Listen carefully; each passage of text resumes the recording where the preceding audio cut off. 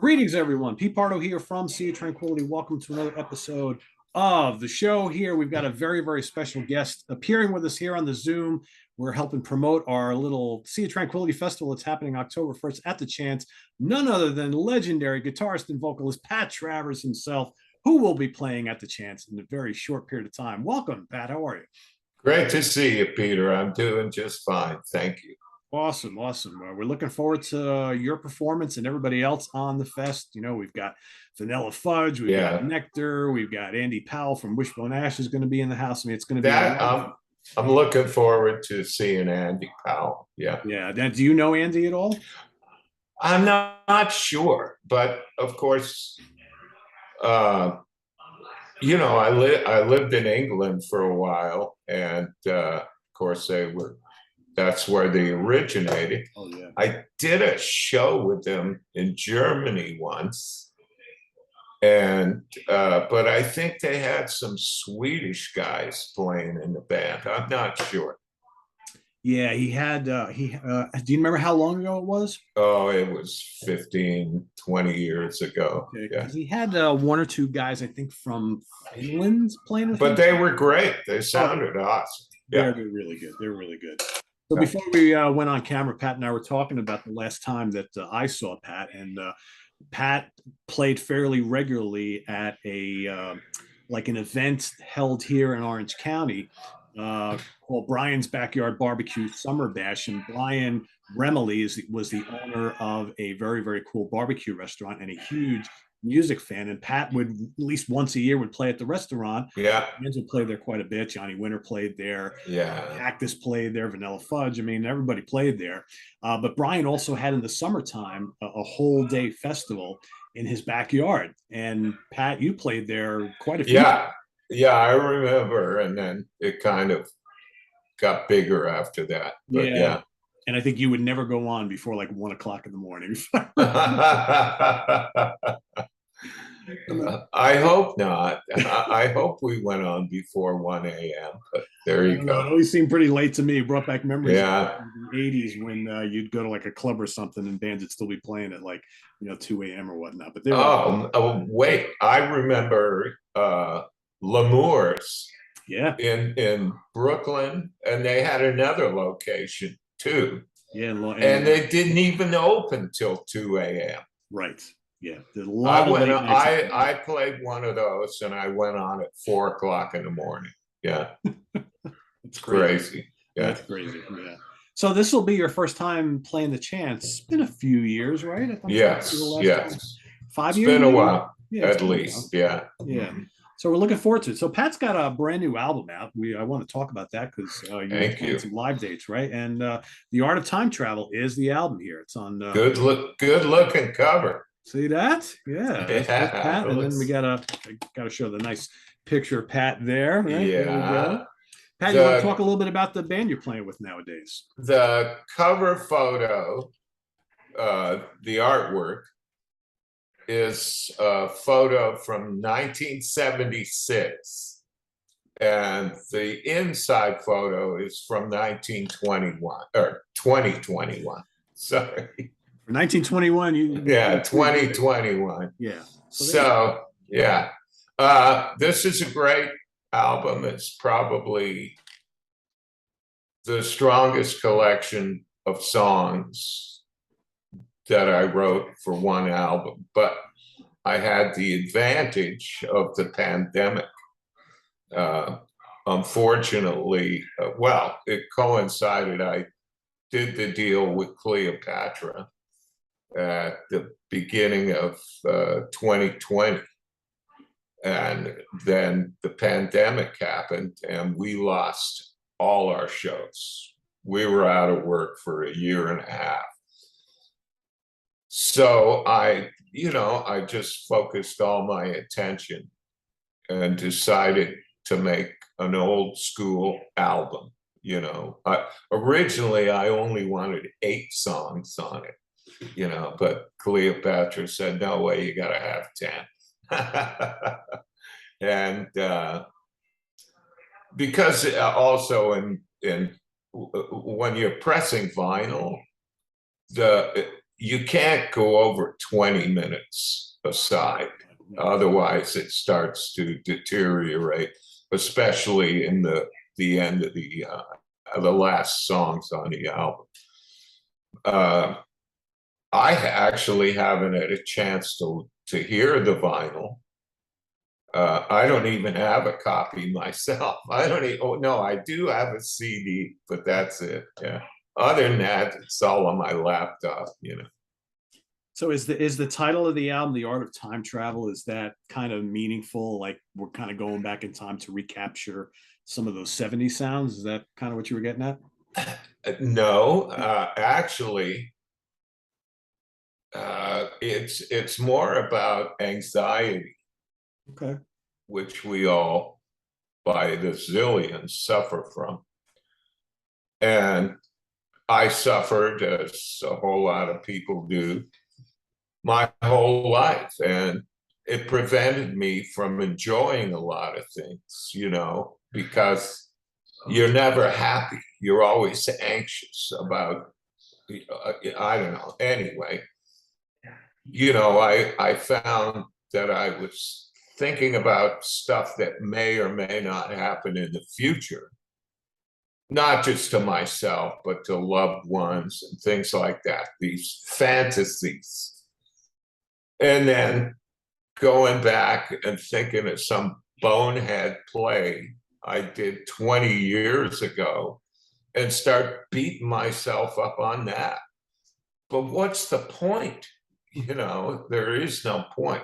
You need to be right here and right now. And that's the art of time travel, is to be where you are right now. And there's another factor, and that is we're all time travelers. We're all moving from the past to the future. So, you know, you need to just really just focus on what's in front of you. And so that's what that whole song is about. That's the concept. Gotcha. Okay. And you got you know, your trio once again. You got Alex Petrovsky on drums and David Pastorius on bass guitar. How long have you been playing with these guys? Quite a while. David, almost 6 years, and Alex, over a year and a half now. He came in at the beginning of 2021 because I was kind of frustrated with the progress of the recording of the new album. And so Alex was a better fit. And plus, he's been playing with David since they were both teenagers. They're both from Melbourne, Florida, and they grew up together. So, and they have their own band too. It's a separate band called 518, Local 518. It's great music, and they're really good. So I couldn't be happier with these two guys, and as evidenced in the album, you know, they just play amazing. Yeah, they do. You know, David comes from some good lineage, right? I mean, that's true. Well, the Pastorius family, not just Jocko, all of them, all of the uncles, and they're all artistic and, you know, a little off center, but that's okay. I kind of go for that, you know. Yeah, I relate to that. Cool. But no, it's a very artistic family, and David actually really knew nothing about his uncle until that documentary came out a few years ago, which I recommend everybody to see. You'll get a tear in your eye. Yeah. Jocko was a genius, tortured genius, unfortunately, you know. Yeah, that's a great documentary, and really kind of tells the whole story, as sad as a lot of it is. You know, the genius who just couldn't keep it in the end. Yeah. Yeah. Well, David has his issues, but I help him. David's a really good bass player. He and I are Well, friends on Facebook, and I follow a lot of his stuff. And he's always posting these amazing videos of him just kind of jamming away. And it's like, man, he's got the skills. So you got a good well, guy there. oh, he's amazing, and he's also a great writer of music too. And one of the best tracks on the album is the last one that he wrote called Natalie. Yeah, I mean, it just sucks you in when you listen to it. It's like a beautiful summer day or something, you know. It's almost hypnotic. Yeah, it's cool.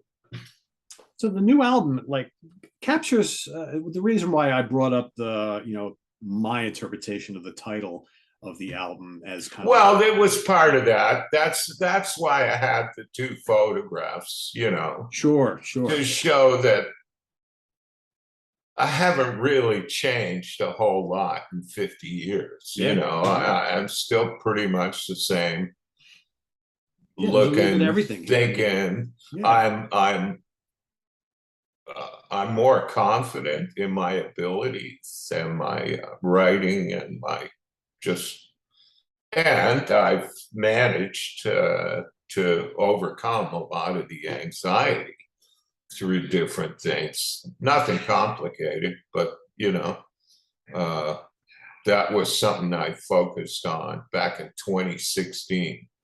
I just decided I had to figure out what was going on with this anxiety. And I came to the conclusion that a lot of it is just bad habits.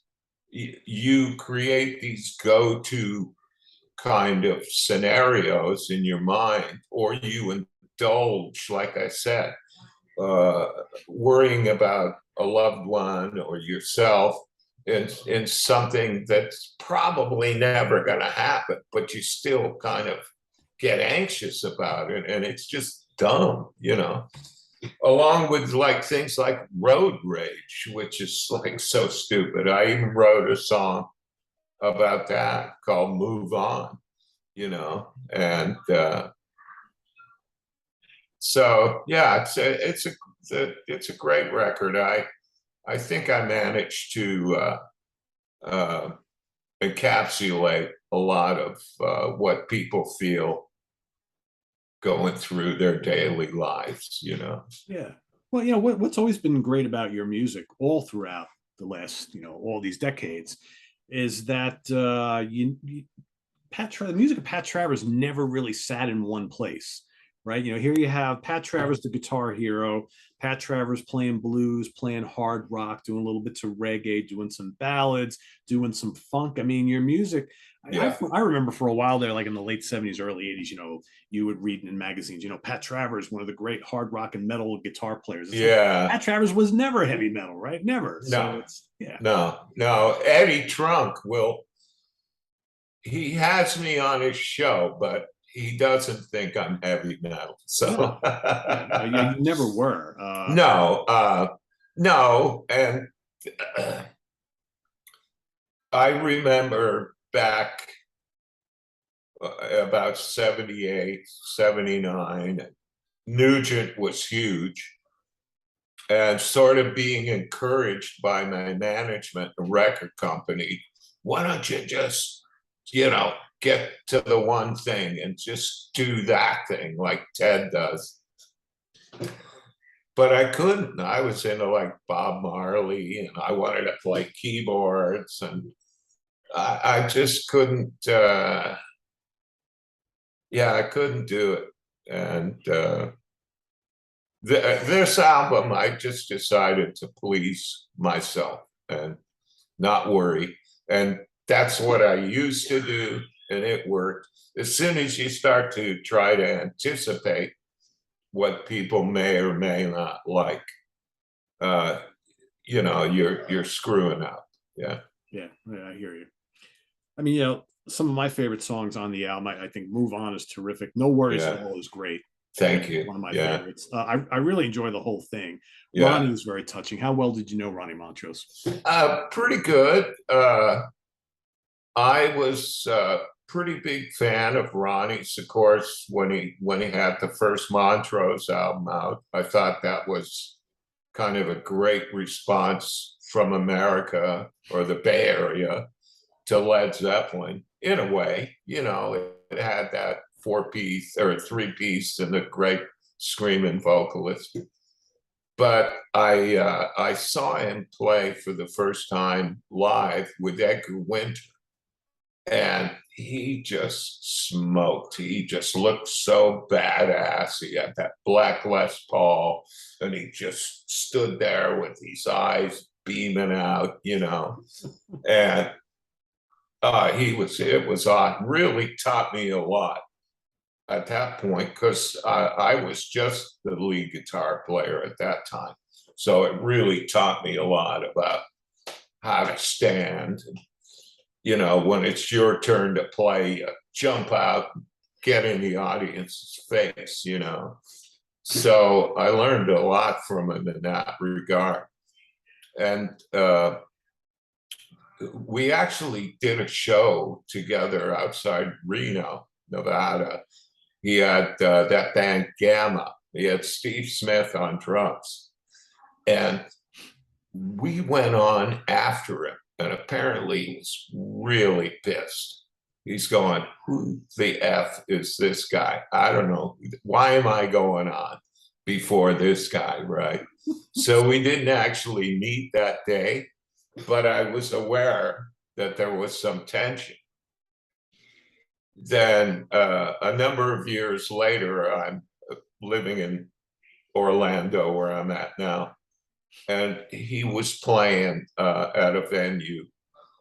So in the afternoon, I drove over at sound check thinking, well, I'll say hello, you know. So I got there, and there's like a U-Haul van with the door open. And he's sitting on the back with a beer. And I said, hey, Ronnie, it's Pat Travers. And he went, hey, brother. And it was just like instant. I just liked this guy, you know. And of course, I have a lot of respect for him, too. So it was cool. And then occasionally over the years, we end up doing a show together. And I'd get up and play with him, or I'd have him come up and play with my band.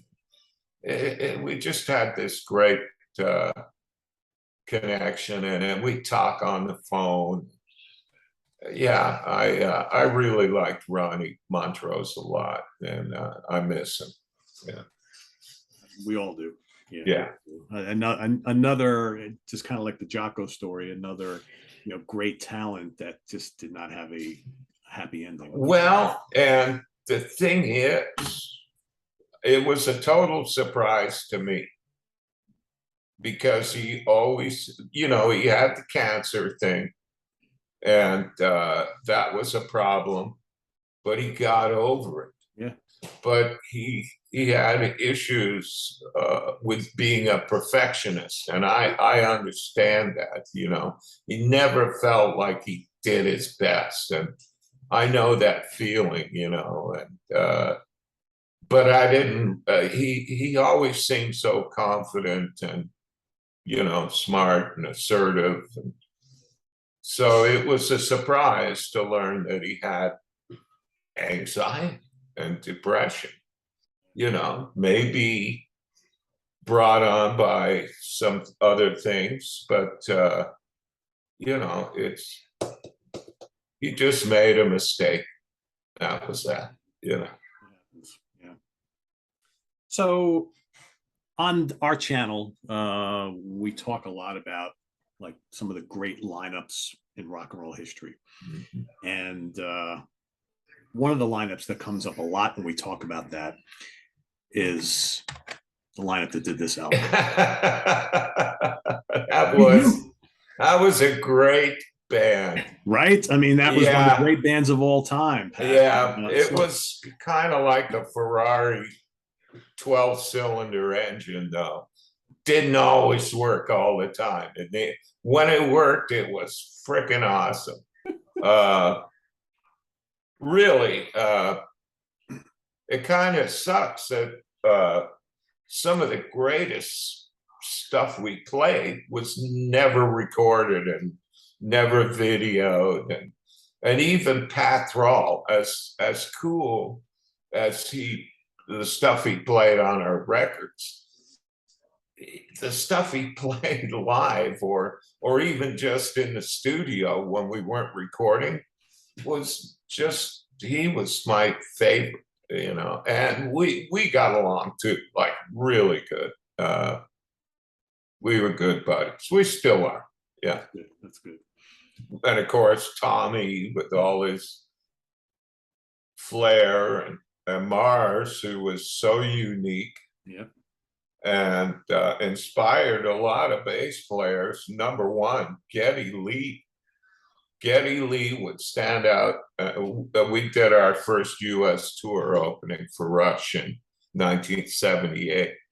And Geddy would stand on the side of the stage every night and watch Mars. And Mars's fingers were like, and later Geddy got that very aggressive finger thing going on his bass. He got that from Mars. Yeah. That's very cool. It's a great story. Yeah. Yeah, it must have been something every night standing up on stage, looking at those three cats standing right next to you. And I mean, you guys did some incredible things. Yeah. And of course, at that point, we were three-piece. The first tour, it was just Mars, Tommy, Aldridge, and myself. Yep. And of course, they were three-piece. So we had this great connection, and we would hang out. And they were such humble guys and just very curious. They wanted to know everything about everything. These guys were taking French lessons in the afternoon, or I mean, they lived at the venue and they brought everything, there. It was cool. Yeah, so it's interesting because you've, throughout your career, for the most part, you've worked with other guitar players in the band, but for the most part, it's been yourself. But I guess, being the main guitarist in the band, and it is your band, it has to be someone really special, I would think, to bring on board another guitar player to be able to do something like that, right? It's not like you just bring anybody in. It's like, because you and Pat really, we had a connection, and we complement, because he did totally different things than what I would do, and we both inspired each other, and we just got along so good. So that was great. Kirk McKim, who played with me for a few years, was also really good, and he could do that Pat Thrall kind of thing where he would just come up with stuff I would never think of. Very atmospheric. Yeah, atmospheric with all the kind of cool noise. Yeah. It's pretty ingenious. It's just a shame you guys, couldn't make it last any longer. Was that band only destined to be together for a short period of time, do you think? I know there's a lot of factors. Yeah. Well, I was a young man, right? When Tommy joined the band, Aldridge, I was 23. So I did, and they were much older than me, and I didn't have the confidence that I have now, and I had the anxiety, and of course I had a manager who was doing things that I didn't know about. That's never good. No, but it's the old story. I mean, you have to trust somebody, and then when Pat Thrall joined the band, I felt like, oh man, we got something going here, and we did. I mean, gosh, it was scary. But when it came time for us to make that jump up from opening for everybody and get into like theaters and arenas and go to Japan, and because that was the thing at the time, and late 70s, early 80s was Japan was huge. Yep. And we were this close, But everything it was like smoke in a bottle. It just whooshed out. And it was impossible to get a handle on it. So, yeah, it's a question of I saw the whole thing. What happened? No, you know. two successful records. I mean, Yeah, no, very they well, were. right? Yeah. Yeah, yeah. One of the things that, and I asked the same question to Frank Marino the last time I talked to him. You guys are known for being, Guitar Hero, but and the same thing with Frank. It's like I think your vocals have always been a bit underrated. Always really, really fun. Frank's got a great voice. Oh, absolutely, as do you. So it's like, so how much?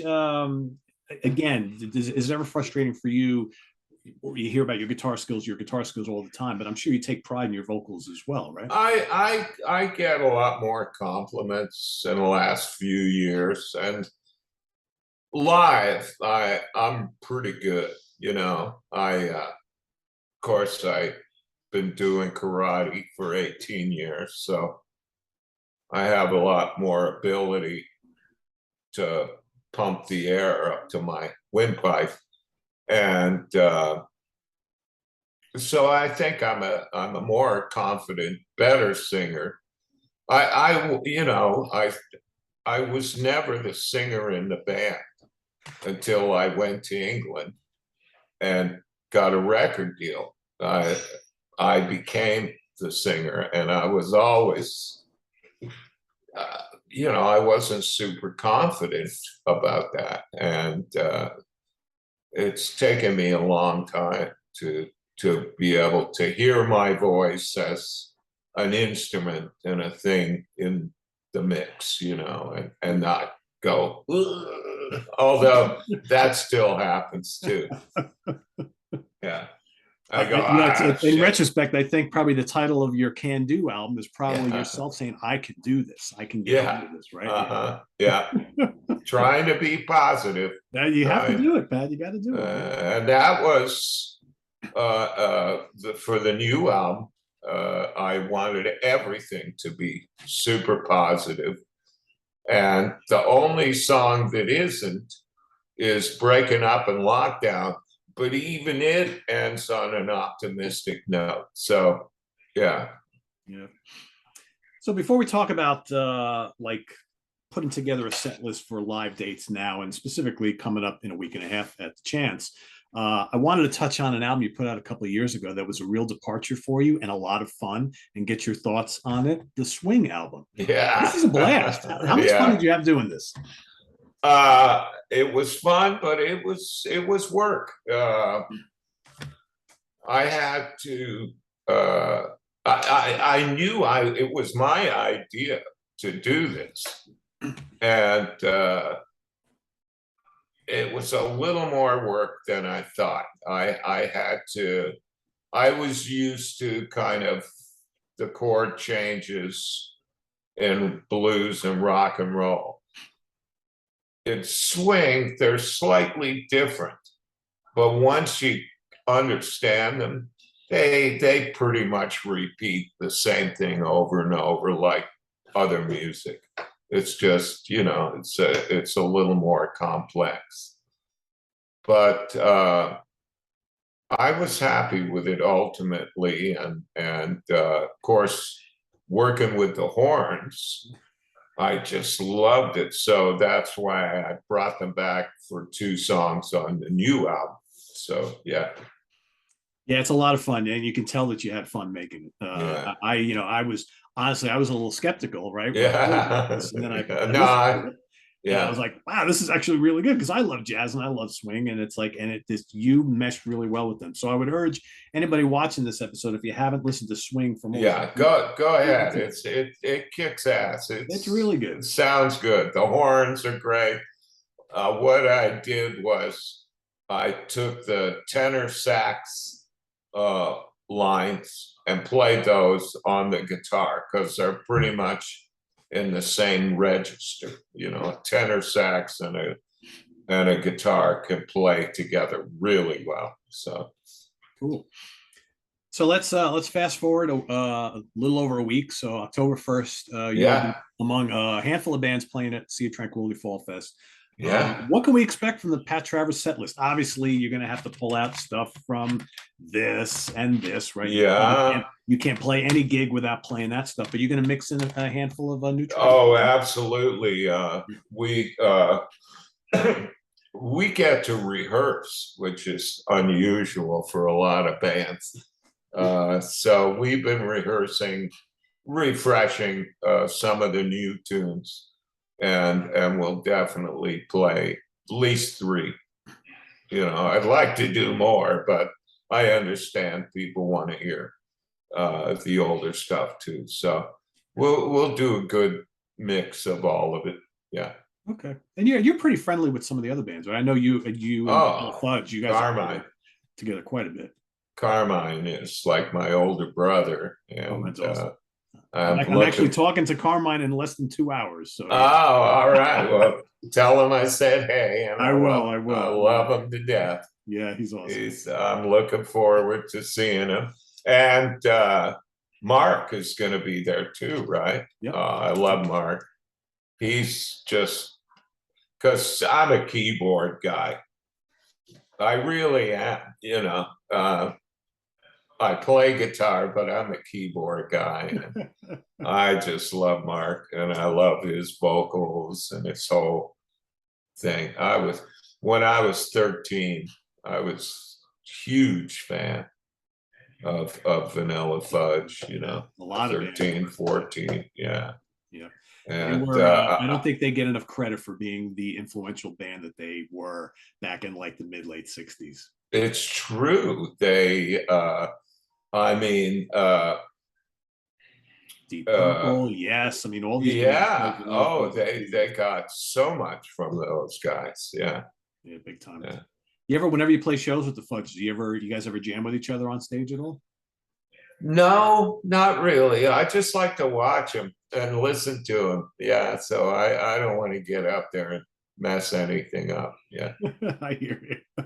Well, hopefully next week after you guys are done playing, you and David and the guys will come hang out in the audience, and we'll watch Fudge together and Absolutely. so it should be cool. So yes, we will. I'm looking forward to it. So me too. Next week, everybody, October 1st at the Chance in Poughkeepsie, New York. Get your tickets now. See you Tranquility Fall Fest.